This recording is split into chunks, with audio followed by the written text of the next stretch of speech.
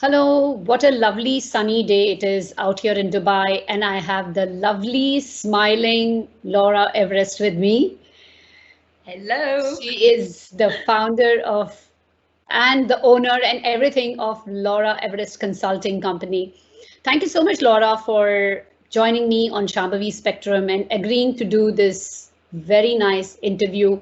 And I have heard you before on other platforms, and I know there is so much inspiration.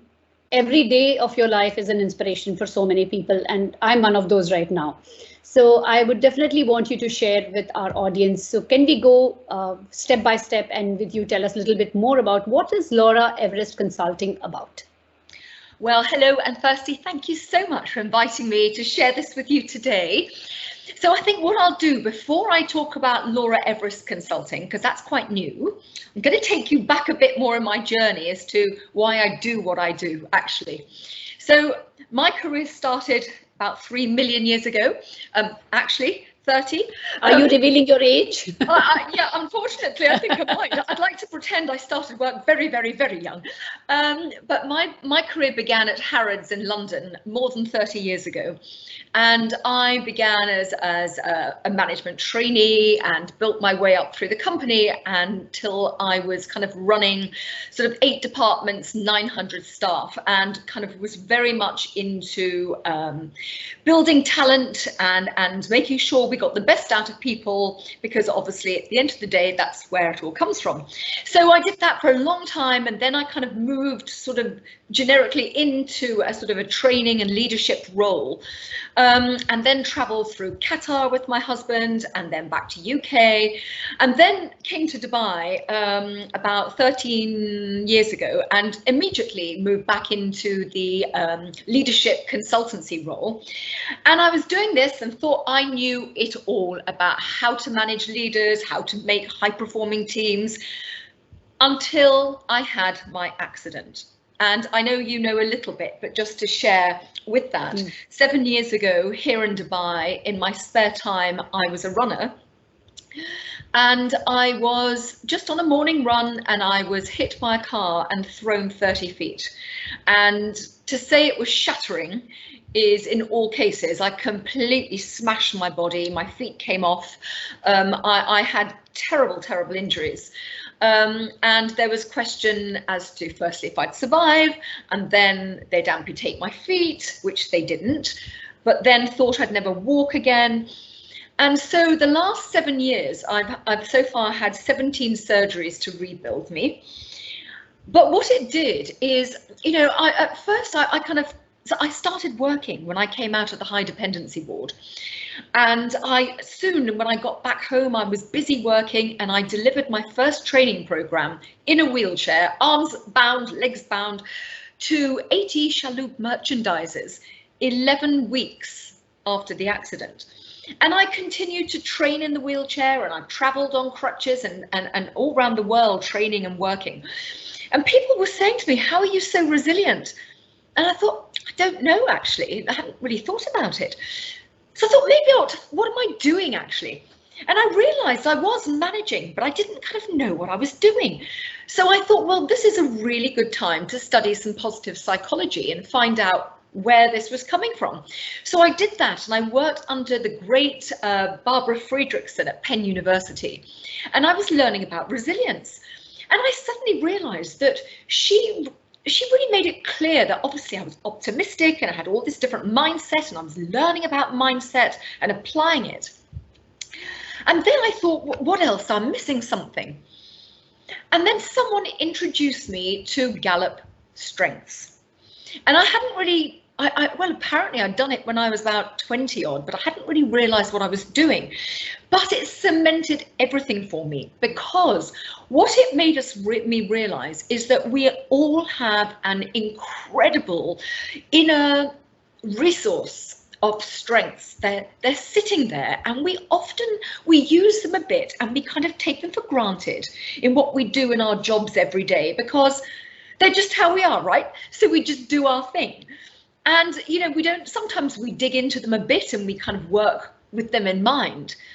But it was only because because I was significantly drawn to them and recognized that a lot of what I was doing to heal myself in terms of focusing and achieving and working in certain ways was I was actually using these inner resources to help me. So I thought, well, how do I do this a bit more and actually make it work or leverage it? So I started learning more about it, and I became a certified Gallup strengths coach, because what I realized is actually we have an enormous power of stuff that we've got, and we don't realize our potential. We use a small part of it.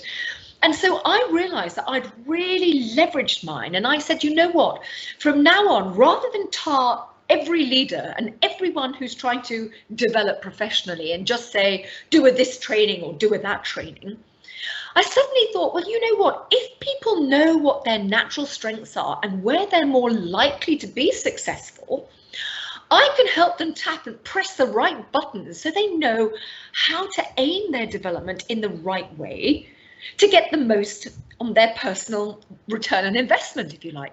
So that's what I started doing, and I started working on leaders and teams. And when people are saying, oh, we're stuck, I said, well, let's look at where your strengths are and let's see why you're stuck. What is it you're not using in the right way, and how can we re-leverage it, or how can we tweak it? So that's what I did. And then before I knew it, it became so overwhelming that I set up now on my own, and that's where Laura Everest Consulting's been born. So I work on developing strengths in organizations and leaders and teams, and of course I speak all over the world on resilience and how to cope and overcome adversity, especially at a time like now where, you know, it's been really tough on everybody, because I tell you what, if we know our potential, we don't use half of it, and there's just so much that we can do. So that's where it was all born, and that's what I'm doing right now. That is so wonderful, and it's great that you are always interacting with people and you are making them break their inner barriers and boundaries and stuff, and that is where you are. But dealing so much with people and then having your own personal, whatever physical challenges, which you're still coping with, as you said, because it couldn't have been easy having so many surgeries and stuff. It definitely couldn't have been easy. And I'm sure, does it drain you out emotionally, or do you get more energy from others? How do you manage that? Well, do you know what? That is a great question. And I tell you why, because it actually works back to the strengths that we have. And we all obviously have a different combination, our own unique strengths. And I was talking to a colleague yesterday, because some of his strengths are very relationship building in terms of empathy and connection and developer. And people who have that very high tend to get very drained when they're sharing with everyone. It's emotionally exhausting because they absorb everyone else's energy. Now, I don't have that. I have communication, as you might guess, and I have activator and maximizer and focus and achiever, and they're all very highly energized strengths, which means that for me, the more I work with people and the more I can build them and help them, it actually builds my energy, and I'm able to share that even further. So when I finish a training day and I've worked with my colleague, he said, oh my goodness, I'm exhausted now. And I'm like, whoa, this has been fantastic. So in fact, it's been really nice, because we all need a purpose in our lives, and we all need to find meaning. And this is my purpose. This is my meaning. I know I can make changes to help others in a better way and become better. And that actually energizes me and my healing as I go along. So it serves in both ways, to be honest with you. That's so great and so nice to listen. And like you said, everybody reacts differently. So I'm going to ask you some questions which are related to marketing and management and stuff, since basically my heading is Marketing Magic Industry Insights. So yeah. One of the things which, with no offense meant, one of the things which I came across even, let's say about 24 months back, wherever you would meet people, at least out of 5, 2 would say that I'm a coach. Right. So this had become so kind of common to you. So how do you differentiate yourself from any other person who says they are a coach, of course, you've taken academic training for it and you're a part of Gallup. What else do you do? I mean, what is your differentiator? What's your USP? Okay, so the first thing is that I don't actually define myself as a coach. Gallup CliftonStrengths coach is a title of a training that belongs to Gallup, but it really means that you are a strengths consultant. Okay, so I come very much with a very, very strong leadership background anyway, but the key difference is my whole niche area is that I work with people on a strengths basis and on what we call an appreciative inquiry basis. So in other words, when people are stuck, most people, what they tend to do is organizations or people will start saying, what haven't I done? What am I missing? What am I not doing well enough? What I do is I turn that round and say, let's look at what you're good at. When you're at your best, what are we seeing? What are the behaviors this organization is showing? What are your people doing at their best? How do we make more of those best things? So we then look at leveraging where people are strong.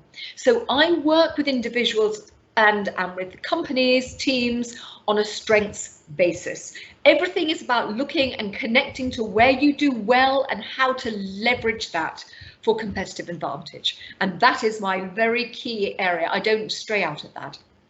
That's so great, because you've got your focus very right, and you are looking at appreciative, which I think everybody needs lots of every day, which we tend to kind of overlook, and you're always looking for that, the place where people made one mistake rather than the 100 great things which they did. So that's really a very insightful thing to have shared, Laura. May I share with you, actually, because this is the problem, is that, you know, intrinsically, because of the way we are made through evolution, we have a natural mindset to preserve ourselves from threats. So the first thing we do is when things don't work out, we look at what's wrong and what's wrong and what's wrong.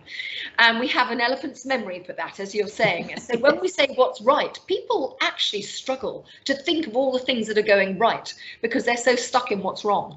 So what we do is when we start leveraging what's right, when the mind actually looks at possibilities and what's going well, it focuses on more solutions than when you say everything's wrong.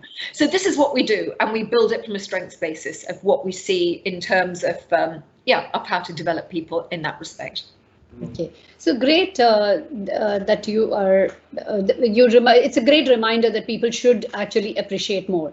And talking about when I said nice, bright, sunny, I also meant your website, which is so lovely. It was so I love the colors on it. It was so nice. And otherwise, you know, people are a little worried about how they will be perceived when they use, and you have a lovely bright yellow disposition on that. Tell me more about your website. Have you, what has your contribution been towards creating your own website? For me, it had to resemble strength. So for me, it's about energy. My business cards even are, if you ever, when COVID is over and I can hand you one. Do you have one on your table? Maybe you can just show it to us. I'll have to send them over. I'll have to send them over to you. Yeah, this is okay. Wow. They are non-bendy almost. They're very, very strong because I talk about strength, and there's no point having a bendable little wussy card that breaks very fast, because you know, this is what strength is. It's about being able to cope. So everything for me is about strength, and yellow is a color that I associate with energy. And to me, it's positivity, and it's strong, and sort of the purpley tone, but the sort of purpley blue tone is vaguely corporate-y business, but I wanted it to just be, I see the two colors together as strength. So it mattered very much to me that colouring went through it. As far as the things on it, I have to say I worked with a lovely website designer who helped me, because I am absolutely technically useless, and she was brilliant. But I told her what I wanted to see, and you know, I've got loads of videos I haven't all put on yet, but I wanted it to be very much about what I'm doing now and to give people a different flavour of some of the, you know, the things that I offer. So I really loved it about this, that you said that your car doesn't bend because you don't want it to be bending, which I think it's a great brand message, at Laura Everest as a brand, that you don't believe in it. I think it's a lovely message. Thank you so much for that, Laura. So you said you have, I know that you have a website, and let me ask you about the other things. Do you blog? Well, yes, sort of. What I do in actual fact is, because now this is where from a marketing perspective, having been corporate myself for 30 years, I was used to being a very big fish in the sea, and everyone did everything. I had teams that did the marketing and the selling and the this, and I turned up and looked kind of okay, and did my thing on the stage or in a training room, and that was it, kind of thing. Obviously, when you run your own company, I've gone from 30 years corporate into my own, and now that very big fish is, who's Laura Everest outside the corporate world? So I've honestly had to start all over again. So everything that I've done, and I only started up my personal business just just before COVID, so terrible timing or not. But what it has done, it's enabled me to build my brand and to build my exposure. Because, when we talk about, as I'm sure you're aware, I often relate to the pie model in terms of performance, image and exposure. We know our performance 10%, our image 30, and our exposure 60. So we've got to kind of get it out there. So what I do is for me, LinkedIn is a very big part of what I do. And I definitely rebranded that with some help, and I'm still having help with the marketing of that.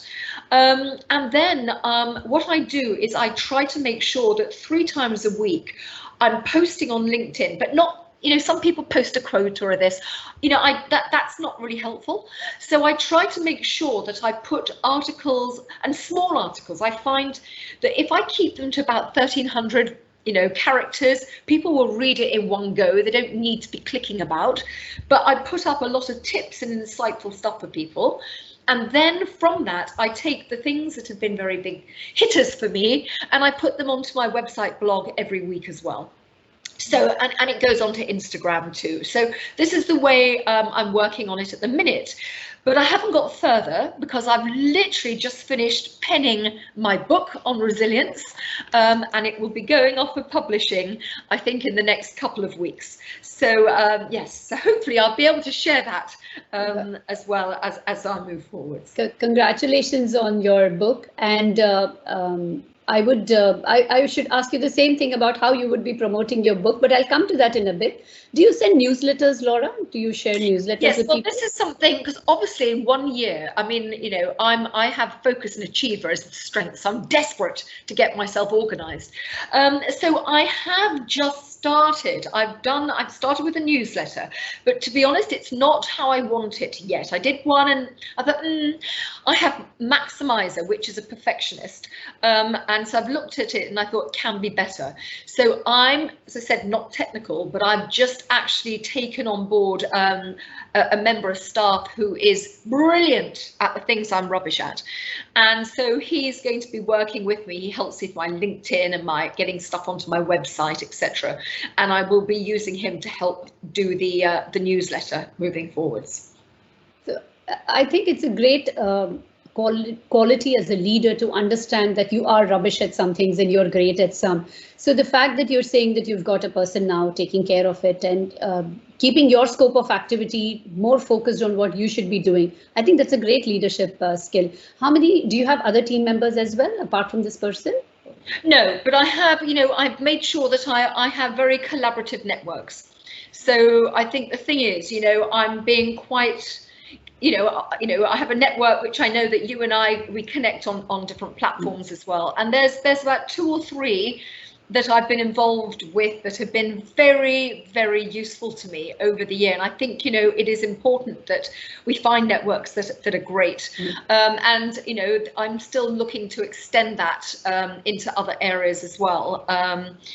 That's the next thing. I mean, as a very new personal business, although I've been doing my job for years and years and years, there's a lot of things to learn. So I'm trying very hard to do that and to recognize that, if it's not a strength, That's it. Why waste time doing something mediocrely where somebody else can do it really well for you? And in half the time. And a quarter of the time. So yeah, so I've only just, and I've gone through, I have to say, I've actually gone through different people, or different, I've tried agencies, I've tried this, and that hasn't worked quite the way I've wanted it. So it is trial and error, but I found a gentleman who's literally only just started working with me for just 2 or 3 weeks, and I love him. So I'm very grateful to have him because he has all the strengths I don't. So you know the synergy, you've got those synergies. And of course, you mentioned yourself that you're a perfectionist. So it's good. It's good. So tell me, being a perfectionist, how did you manage to finish your book? Because I have focus and achiever. Yeah, so that means that I'm very, it's going to be done. It needs to happen. And I've always, my strengths are very, very goal driven. And I can get 36 hours out of every 24. I'm very, very strict. But I was also careful because, this is a business book. I mean, it's my story, but it's also got, within that, it's also got strategies and things that I have used, tried and tested from all the psychology and Gallup strengths and all the things I've been learning. So I've kind of interspersed that in the book, but I've kept it as a short, easy read, something that people can pick up and say, oh, I've been in that space. What did you do? Oh, great. Where's the tips? Oh, great. I can do this. So it's easy to go back to and look at and refer to, but I've kept it short deliberately so that it's accessible for everybody. And yeah, so that's how I made sure I finished it. So one of the things, it's great that you've finished, because one of the things people are talking about right now is that writing your own book and why that book needs to be out there. I mean, there are enough books on whatever motivation stuff, but then everybody's handled their things differently, and why it has to be in a book. So 2 things which people everywhere are talking about. One is about writing books, and second is about building their own personal brand. And what you said just now, that you started building your personal brand only the last 1.5 years, whereas Laura Everest has been training people and has been taking care of the whole show for ages. But I think this was not very popular at that point earlier on. You were more with the brand that you were associated rather than building your own personal brand.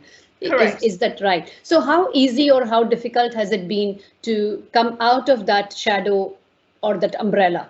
Either ways, you can say positive or negative, and then create your own brand as Laura Everest.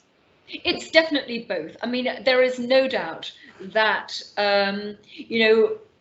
being corporate for a long time, you become very accustomed to being in a big position, having the jobs done for you that you perhaps don't like or don't want to do, and also earning a nice big salary that goes with it. When you decide to set up your own business, the salary's gone, right? Because obviously now any money you're making is going back in to do the other little bit. So that's a scary place to be. However, I absolutely am passionate about what I do, and I know I do it really, really well. So what I've done is I know what my purpose is, I know what my passion is, and now I'm learning. And for me, it's a learning again, right? Because I'm good at what I do, but building your own business is different. So it's taking the time out, and some of it's not easy.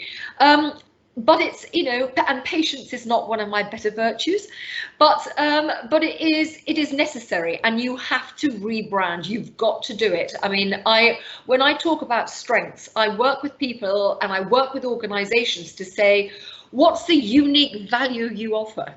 And I know what mine is. I know what I can do. I can take people and I can take organizations and I can make them extraordinary because I train their focus on the right things. But the thing is, and I do that for myself, but now it's about raising that, and it's a process. So it's getting it right. I have a lot, obviously I've trained these things for years, so I know how to do it. I now have to apply my own learning and my own training to myself and try not to be impatient about it as I see it happening. Right, that is right. So everything has a process and it takes time, but probably the brand building, since you've already started on it, and yes, it is a time when people need resilience. Like you said, you're known Right for your now. resilience. People Right. need resilience, they need empathy. So probably the jump, the from the introduction to the growth to the maturity stage would be a little faster than what it would have been. And then of course we are living in times which I'm grateful for the technology. Like for example, I have you across the screen, otherwise trying to meet up with you would probably have been impossible. Connecting with you and networking and having you, I think technology has played a great role in keeping Yes. that, though people say that you become a loner, but I think it has done a great deal in bringing people together also, whether it's families or whether it is professional platforms. So a question about social media, you mentioned Instagram. Any other social media that you use? You said LinkedIn. What about Facebook or Twitter? Do you use that? Well, to be honest, what I find really interesting is that I get a lot of interest in my LinkedIn, and where I can have hundreds of people saying they love my post, I have less than maybe 10 or 20 on Instagram.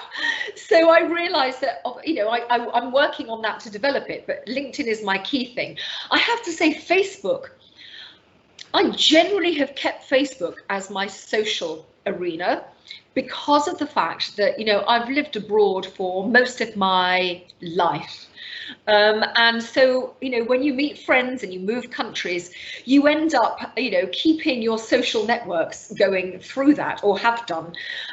So I'm also looking into possibly opening a business Facebook page. I just haven't got there yet. Yeah, you haven't done it yet. So I haven't done that yet. I mean, obviously 12 months and I've kind of gone from, obscurity into out there.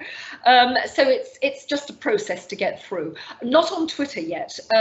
Obviously yes, now. so I was just thinking, with all these small snippets and stuff that you have, that how come you have not taken onto Twitter? Because Twitter actually has been something which has been on the periphery for many people, but many people, especially who are business leaders, have always used Twitter. For example, Elon Musk, you know how the minute he tweets something, everything, it kind of goes viral. So how come you have not used Twitter? Was there something which is stopping, or you just didn't think too much about it? Well, I'll be quite frank with you that honestly, I am a techno rubbish person. In fact, I will say to you that about a year ago, before I set up my own company, I just about had Facebook with my friends on WhatsApp, and that's all I did. So in the last year, I've learned far more about all these things. I mean, I deliver webinars and things. I do use Zoom a lot. And I do all these things. I hadn't even had a clue about them a year ago. So although I'm probably, everyone who's possibly listening are saying, oh my days, where did she drag that from? But the point is that, I've come a long way. I've still got such a long way to go. And this is why I've hired this guy, Ronald, who's going to work with me, because he is about half my age and so much more on top of all these things than I am, and that's probably why I've not used any of these things, because I need help, and hopefully he's going to help me. So we'll see where it goes. It's great. So we hope to see you on Twitter, and I'm sure you'll get a great following out there as well, because you have these small energetic things to tell people, which people will which will resonate with people, and things which are appreciative are always great. So I have two questions to ask before we wrap up the session. One is, when you were in your stint in Harrods, did you meet any celebrity who you always wanted to meet?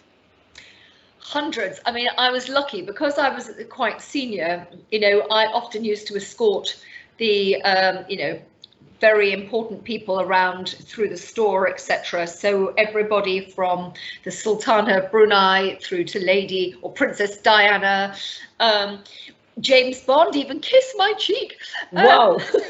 Yes, I have to say, I probably met at the time, almost everybody, because they were in all the time. And to be honest, after a while, you forget that they are if somebody important. In fact, somebody was coming up to chat with me and I thought, oh, I know this person. Is it somebody I went to school with or where? And I thought, oh, no, you were in the film I watched last week. But it's what it was, you know, that was the business. You did see everybody, and after a while, you know, you just accepted it, but it was lovely. Yes, we did get used to it. So yes, I met so many, Pierce Brosnan, and oh God, that's so one. That's one I could feel jealous of. So, and like I said, the second thing, if you had to change something about your journey from Harrods to now, to whatever you're in Qatar, and what you're, would there be something which you would like to change, and would there be something which you would do just the same the way you have done? Well, I tell you something. I actually, my father very, very sadly died a few years ago, unexpected, and it was devastating for us. And I was helping my mother clear out his study, etc. And when I was at Harrods, these were the days where, you know, everything was done longhand. If you wanted to send a message, you used to put it in a tube and put it down in this post system thing, and then it was taken to another part of the store. I mean, we didn't even have EPOS tills in those days. Oh my God, how old am I? But the point is that consequently, everything we did was paper written. And I found, when I was clearing out my father's study, I found a piece of paper within old stuff, and it was for a Harrods, it was a meeting, a staff meeting I was going to be running. And at the top of it, I'd put on it, managers need to understand staff strengths. And I thought, my days, I was doing this 30 years ago, and I hadn't even realized that I'd been doing this my whole life. So would I change anything? Maybe it would have been nicer to have understood this more then. But it's been a journey of, for me, my whole learning journey has brought me so many different aspects and richness to what I can teach and train and help other people with now, that I don't think I could have done it differently. You know, some of these things have to come with experience, and when you're exposed to certain things, it then throws you into something else. So I think I've kind of evolved from where I am, and no, I wouldn't change a thing. I love what I do. Thank you so much for that, Laura. And what I'll be doing is I'll be putting in the description your details, which so people can connect with you if they would like to. And is there any last message for my audience, for entrepreneurs, for managers, for anyone out there who's listening to this? Is there any message that you would like to share with them?